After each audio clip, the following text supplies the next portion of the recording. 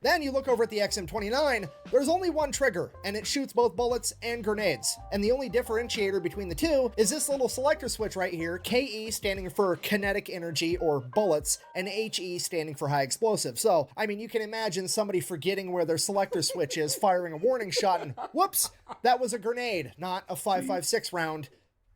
My bad. Okay, I guess part 2 of all the weird future weapons the government wasted our money on. Today we're talking about that time that Uncle Sam decided that he wanted to take the M16, the US military's primary firearm, and replace it with a grenade launcher. Alright, so Operation Give Everybody a Grenade Launcher is officially known as the OICW program, which stands for Objective Individual Combat Weapon. Why on earth would you call it that? Well, because the weapon they made was the XM29, aka the Tactical Car Door. That is a 20mm grenade launcher that fires programmable smart grenades on top and a German G36 on the bottom. And when your end goal is to give a weapon that ridiculous to every single grunt in the US military, you kinda have to give it a bland acronym of a nickname, because when Geneva finds out that you're replacing the M16, she's gonna have some questions. And when she wants to know the name and a brief description of this new weapon, it behooves everybody for you to be like, it's objectively speaking, it is a combat weapon and it's meant for an individual, and we call it the OICW. Because the last thing the brass wants to do is go in there and tell the truth. It's a semi-automatic grenade launcher with an underslung 5.56 rifle. We don't have an official name for it yet, but wait. This sounds like a sketch. No way. This stuff shoots grenades out. Grenades, imagine. And this was almost a thing. Or I think they developed it, but they're not gonna use it. I hope not. Please, America, don't use it, please.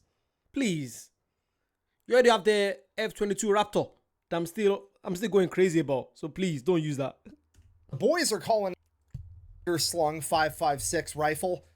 We don't have an official name for it yet, but the boys are calling it the Baloney Mistmaker 5000. Once that happens, it's all downhill from there. Next thing you know, people are asking questions, people are making points, you know, like, hey, exploding bullets have been illegal since 1899. Would you care to explain the difference between an exploding bullet and a really small grenade that gets shot out of a gun? It would be a complete nightmare. So, acronym seems dumb, actually very important. It's basically camouflage at this point. I'm just gonna be honest with you, that tangent was not supposed to be part of the video, and I have no idea how to continue from here. So, I'm just gonna rewind and start over, okay? See you in a second.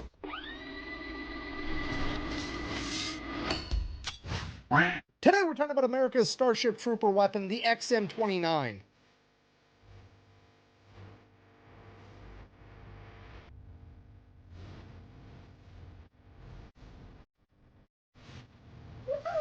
All right, so picking up where we left off. Last week we covered the AC.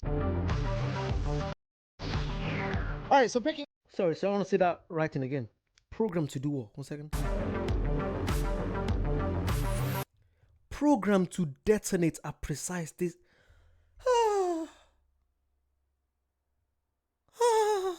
So literally that means if it hits someone, it's gonna blow them up.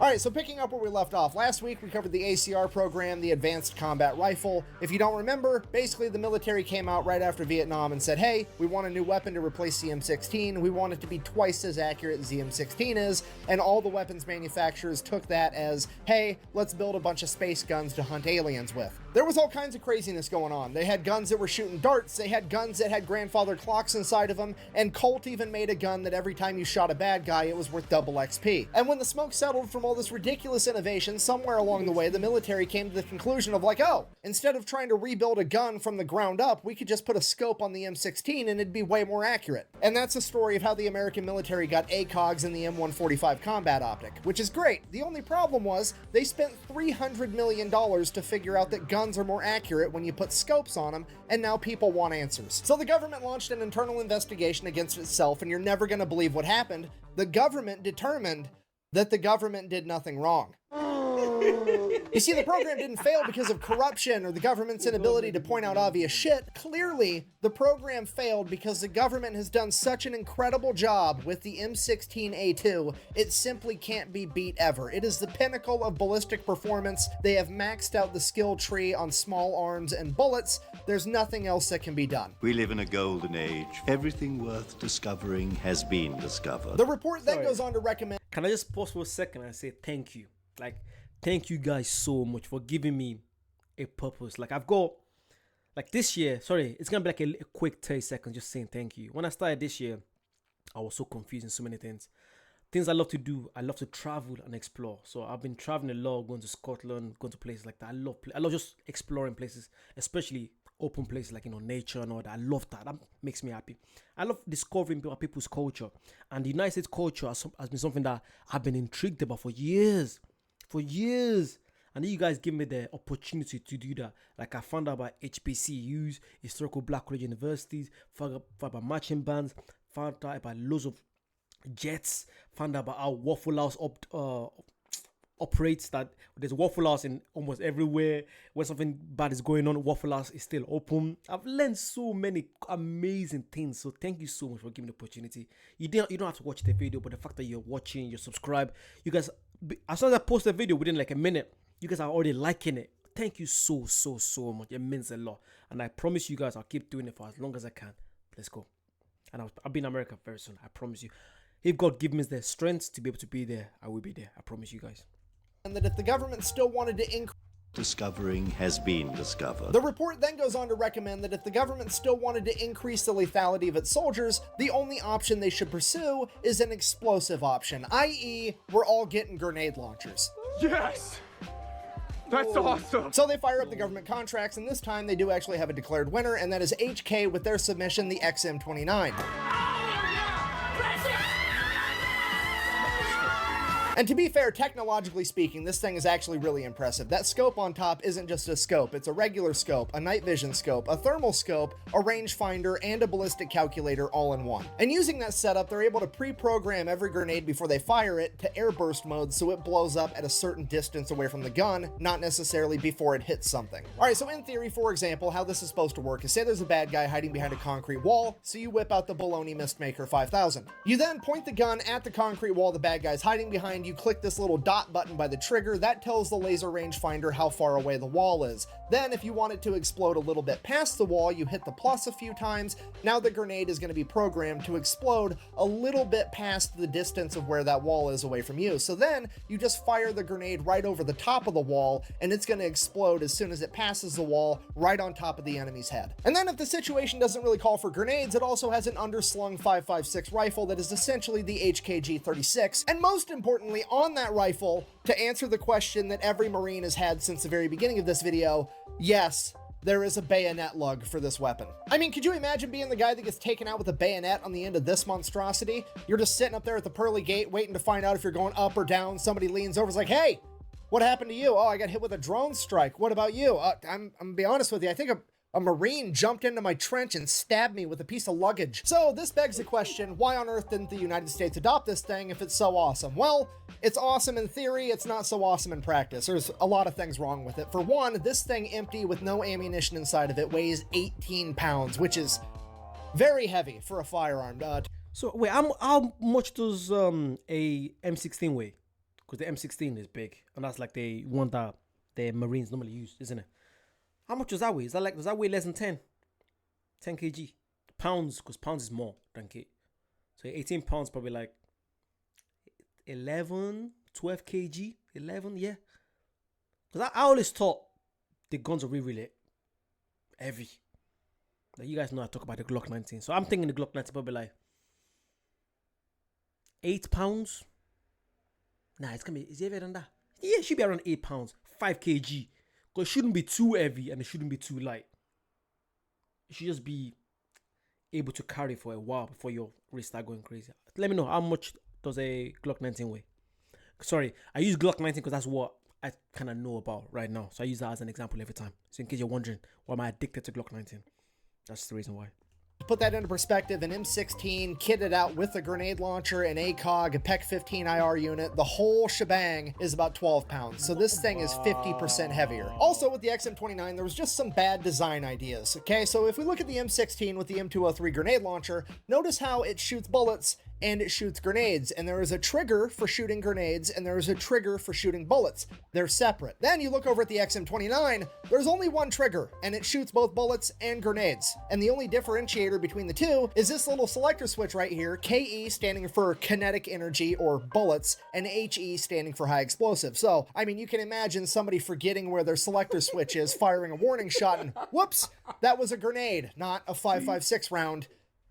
My bad. Okay, third and final reason, it was just going to be a logistical nightmare all the way throughout, because that big-ass fancy scope on top is going to take batteries, and if you can't get batteries to make that scope work, the rangefinder isn't going to work, which means you can't program the smart grenades, which means you're basically carrying around an 18-pound gun that is ultimately a 5.56 rifle with a 9-inch barrel, and a 9-inch barrel at 5.56 gives you a range of like 200 yards, so it just doesn't work out if you don't have batteries. Secondly, even if you can get batteries all the way there, you gotta have smart grenades which have microchips on them, and I don't know what you know about American manufacturing, but we're not that great at making microchips, and the places we get all our microchips from are either places we're likely to go to war with, or places that are bordering places that we're likely to go to war with, which could pose a huge issue in ammo procurement should war break out. So because of all these reasons, in 2004, the chief of the infantry steps up and is like, absolutely not, I'm not sending... Actually, I'm actually intrigued.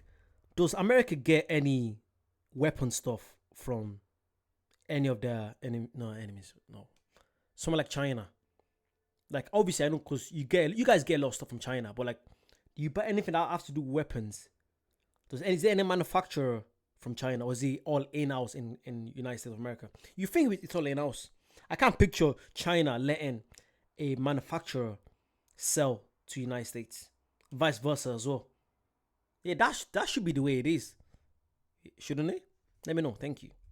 All these guys out to the front lines carrying tactical car doors. This is not happening. Kill the program. It's over. So at this point, all the other high-ranking brass and bureaucrats and weapons contractors are like, well, this is kind of an issue because this program was going to be the reason that it was okay that we messed up the last program that cost $300 million. And now we've spent a bunch of more money on this program, so much so that we're not even going to tell the public how much. We kind of have to make this program work. So what if we kept the program alive and we just split this gun into two pieces? We'll have the rifle that's going to replace the M16, and then we'll also have this cool smart grenade launcher. How about that? To which the Pentagon is like, oh my God, what a terrific idea. Yeah, let's go ahead and do that. And I can't prove this part, but the word on the street has always been, at this point in the project, the only feedback the Pentagon gave about the actual rifle portion was, and I quote, make sure it's more Starship Troopers-like. And this is where the XM8 comes from.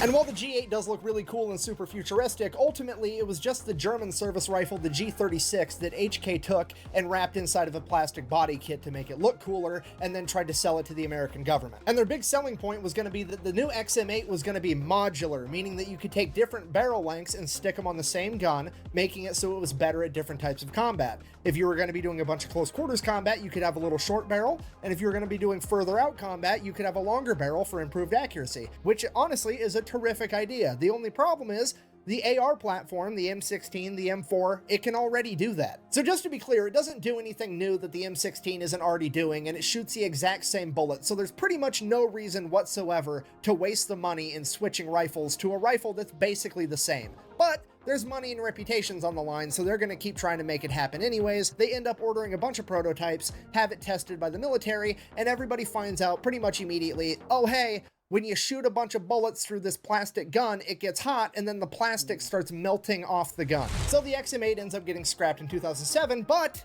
there is a silver lining. It's not a complete loss because This was in 2007. Oh, imagine what they've done since then. This was... Oh, I said this in the last video. There's some weapons that we'll be shocked if we find out that they've made in the last 2-3 years. That I'm sure they're not gonna mention probably like another 10 years. There's some weapons that are so futuristic, especially with AI. Oh my God.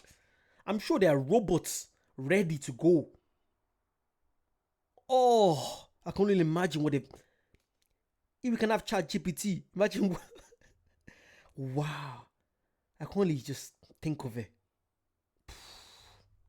we still have the XM29, the smart grenade launcher. And this thing is actually absolutely awesome. It's pretty much the same grenade launcher from the XM29. The only thing they changed is they bumped it up from a 20mm to a 25mm grenade to make it a little bit more lethal. And now the plan moving forward with this thing is instead of having everybody in the military carry a grenade launcher, you're just going to take one guy from the squad and have him be the smart grenade launcher guy. Like, you lose one rifleman, you gain one guy that can shoot smart grenades 700 yards. It's a pretty fair trade-off and probably a really good idea in a lot of use cases. So they give it to the grunts and send them off to war, and seemingly everybody loves it. The Rangers get a hold of it, they seem to like it, they give it to the 101st Airborne, and those guys absolutely love it. They end up nicknaming it the Punisher. Some of the leaders in the infantry are quoted as saying it'll... The Punisher.